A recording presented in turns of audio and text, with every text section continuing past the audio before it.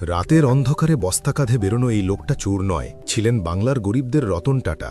তিনি তৎকালীন বাংলার সবচেয়ে ধনী ব্যক্তি, হুগলির হাজী মোহাম্মদ মহসিন, যার ছিল অঢেল সম্পত্তি। কিন্তু এই কোটিপতি রাতের আরামের ঘুম ছেড়ে ভিখারির ছদ্মবেশে অন্ধকার গলিতে বেরিয়ে পড়তেন।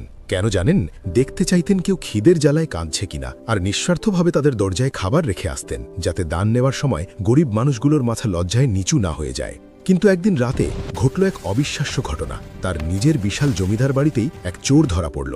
প্রহরীরা যখন চোরকে বেদম মারতে যাবে, মহসিন সাহেব তাদের থামালেন।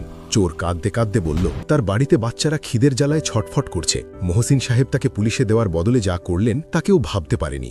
তিনি নিজের হাতে ওই চোরের কাঁধে চাল আটার বস্তা তুলে দিলেন, সাথে দিলেন ব্যবসা শুরু করার মতো প্রচুর টাকা।